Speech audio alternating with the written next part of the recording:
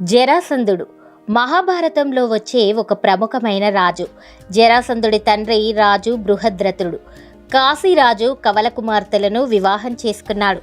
బృహద్రథుడు తన ఇద్దరు భార్యలను సమానంగా ప్రేమించాడు. కానీ కుమారులు లేరు. బృహద్రథుడు మగధరాజు. సంతానం లేక బాధపడుతుంటే చండ కౌశిక మహర్షి తన రాజ్యాన్ని సందర్శించి రాజుకు వరంలా ఫలాలనిచ్చాడు.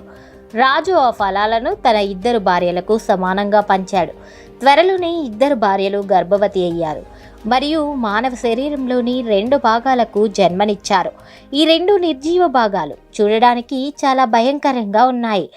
కాబట్టి బృహద్రథుడు అడవిలో పడవేయమని ఆదేశించాడు. జర అనే అసురుడు 2 భాగాలను కనుగొని ఒకదానిని తన కుడి చేతితో మరొకటి తన ఎడమ చేతితో ప్రతి భాగాన్ని తన అరచేతిలో పట్టుకున్నాడు. ఆమె తన 2 అరచేతులను కలిపినప్పుడు 2 ముక్కలు కలిసి సజీవ బిడ్డగా మారాయి. ఆ పిల్లవాడు బిగ్గరగా ఏడ్చాడు. ఇది జరాకు భయాందోళన కలిగించింది. బతికి ఉన్న బిడ్డను తినడానికి హృదయం లేకపోవడంతో జర ఆ బిడ్డను రాజు వద్దకు తీసుకెళ్లి జరిగిందంతా అతనికి వివరించాడు. తన కొడుకును చూసి తండ్రి ఎంతో ఆనందించాడు మరియు జరాది అసురుడి గౌరవార్థం ఆ బిడ్డకు జరాసంధ అని పేరు పెట్టారు. జరాసంధుడు చిన్ననాటి నుంచే అసాధారణమైన శక్తిని కలిగి ఉండేవాడు. అతనిలో ఉన్న ప్రబలమైన శరీర నిర్మాణం, ధైర్యం, క్రమశిక్షణ అతన్ని మిగతా యువరాజులతో పోలిస్తే ప్రత్యేకంగా నిలిపాయి. ఇతని శరీరం యోధుడిగా ఎదగడానికి తగిన విధంగా రూపొందింది. ఇది అతని శక్తివంతమైన జనన విధానాన్ని సూచిస్తోంది. అతని బాల్యంలోనే ఆయుధ విద్య, వ్యూహ విద్య, రాజకీయ జ్ఞానం మొదలైన వాటిని గురువుల వద్ద నేర్చుకున్నాడు. చిన్నప్పటి నుంచే అతను తండ్రికి సహాయంగా దండయాత్రలకు వెళ్లడం మొదలుపెట్టాడు. ఇది ఆయనలో రాజసత్తా మరియు యోధోచితమైన గుణాలను పెంపొందించింది. మధుర పాలకుడైన కంసుడు జరాసంధుని దృష్టిని ఆకర్షించాడు.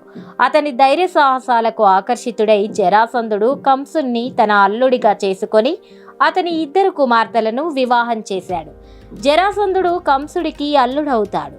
కంసుడు శ్రీకృష్ణుడి చేతిలో మరణించినప్పుడు జరాసంధుడు కోపోద్రిక్తుడయ్యాడు. ఆ తర్వాత జరాసంధుడు కృష్ణుడిపై ప్రతీకారం తీర్చుకుంటానని ప్రతిజ్ఞ చేశాడు. జరాసంధుడు 20 అక్షౌహిణుల సైన్యంతో మధురపై దాడి చేశాడు. కానీ కృష్ణుడు మరియు బలరాముడు తమ సైన్యాలతో జరాసంధుడి మొత్తం సైన్యాన్ని మరియు అతని మిత్రులను ఓడించాడు. జరాసంధుడు 17 సార్లు మధురపై దాడి చేసి కృష్ణుడి చేతిలో ఓడిపోయాడు. 18వ దాడి సమయంలో యవన రాజు కాలయవనుడు కూడా ఒక భారీ సైన్యంతో మధురపై దాడి చేశాడు. యుద్ధ భూమిలో ఎప్పటికీ మరణించకూడదనే వరం కాలయవనుడికి లభించింది. కాబట్టి కృష్ణుడు అతనిని ద్వంద్వ పోరాటానికి సవాలు చేశాడు. పోరాడుతున్నప్పుడు కృష్ణుడు అతన్ని ఒక పర్వతం పైకి రప్పిస్తాడు. అక్కడ గొప్ప రాజు మూచుకుందుడు నిద్రపోతున్నాడు. అసురులతో జరిగిన గొప్ప యుద్ధంలో దేవతలకు సహాయం చేయడానికి మూచుకుందుడు తన రాజ్యాన్ని విడిచిపెట్టాడు. చివరికి అసురులు ఓడిపోయే వరకు అతడు స్వర్గలోకాన్ని 1 సంవత్సరం పాటు రక్షించాడు. ఇంద్రుడు మూచుకుందుడిని వరం అడగమని చెబుతాడు. ఎందుకంటే వారు తమకు ఏదైనా ఇవ్వగలరు, కానీ మూచుకుందుడు వారికి సహాయం చేయడం తమ ఆనందమని మరియు తాను ఇంటికి తిరిగి రావాలనుకుంటున్నానని చెబుతాడు. ఇంద్రుడు విచారంగా స్వర్గంలో 1 సంవత్సరం మాత్రమే గడిచినప్పటికీ భూమిపై 360 సంవత్సరాలు గడిచిపోయాయని మరియు అతని కుటుంబమంతా చనిపోయిందని సమాధానమిస్తాడు. మూచుకుందుడు విచారంగా ఉండి శాశ్వత నిద్ర కోసం అడిగాడు. కాబట్టి ఇంద్రుడు అతనికి తన నిద్రను భంగపరిచే ఎవరైనా బూడిదగా మారే వరం ఇస్తాడు.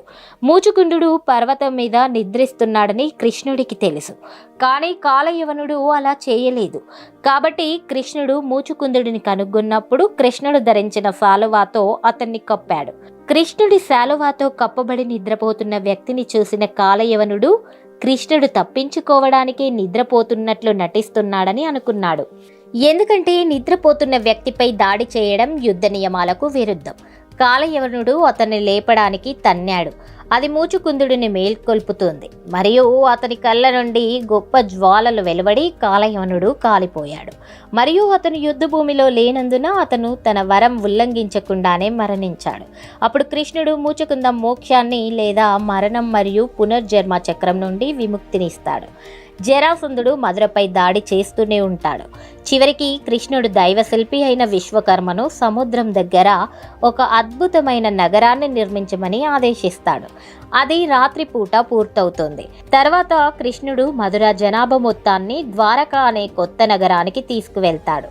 జరాసంధుడు మళ్ళీ దాడి చేసినప్పుడు మధురా నగరాన్ని తగలబెట్టాడు. కృష్ణుడు మరియు బలరాముడు తమ శక్తులను ఉపయోగించి ద్వారకాకు క్షేమంగా వెళతారు. జరాసంధుడు కృష్ణుడు చనిపోయాడని అనుకుని తన స్వదేశానికి తిరిగి వస్తాడు. కానీ కొద్దిసేపటికే జరాసంధుడు ధృతరాష్ట్రుడి ఆస్థానంలో కూర్చున్నప్పుడు కృష్ణుడు రాజధానిని మాత్రమే మార్చాడని తెలుసుకుంటాడు. మహాభారతంలోని శాంతి పర్వంలో కళింగ రాజు చిత్రాంగద కుమార్తె స్వయంవరం తర్వాత జరాసంధ కర్ణుడితో యుద్ధం చేశాడు. గట్టి పోరాటం తర్వాత కర్ణుడు అతన్ని ఓడించాడు. కర్ణుడిని ప్రసన్నం చేసుకోవడానికి జరాసంధుడు మాలిని దేశాల్ని పరిపాలించడానికి అతనికి బహుమతిగా ఇచ్చాడు. అతని బలానికి ఎన్నో రాజులు లొంగిపోయారు. రాజాసూయ యాగానికి పాండవులు సిద్ధపడుతున్న సమయంలో జరాసంధుడు ప్రధాన అడ్డంకిగా నిలిచాడు. ఎందుకంటే అతను అనేక రాజులను బంధించి శివుడికి బలిగా అర్పించబోతున్నాడు కాబట్టి. అతన్ని ఓడించకపోతే రాజాసూయ యాగం సాధ్యం కాదు. ఈ నేపథ్యంలో శ్రీకృష్ణుడు, భీముడు, అర్జునుడు వేషధారణలో మగధకు వెళ్లి జరాసంధుని వద్దకు చేరారు. అతన్ని ద్వంద్వ యుద్ధానికి సవాలు చేయగా ధైర్యంగా ఒప్పుకున్నాడు. భీముడు మరియు జరాసంధుడు 13 రోజుల పాటు రౌద్రమైన యుద్ధం చేశారు. చివరికి కృష్ణుని సూచనతో భీముడు జరాసంధుడి శరీరాన్ని మధ్య నుంచి చీల్చి 2 భాగాలను విరుద్ధ దిశలలో విసిరాడు. దీంతో జరాసంధుడు మరణించాడు. జరాసంధుని మరణంతో 86 మంది రాజులు విముక్తులయ్యారు. పాండవులకు రాజాసూయ యాగం నిర్వహించడానికి మార్గం సుగమమైంది. జరాసంధుని కుమారుడు సహదేవుడు మగధ పీఠాన్ని చేపట్టాడు. ఈ కథ ద్వారా ధర్మం ఎప్పుడు అధర్మాన్ని జయిస్తుందో చూపించబడింది. జ్ఞానం, ధైర్యం, వ్యూహం కలిస్తే ఎంతటి శక్తివంతుడినైనా జయించవచ్చునని మహాభారతం ద్వారా చెప్పబడింది.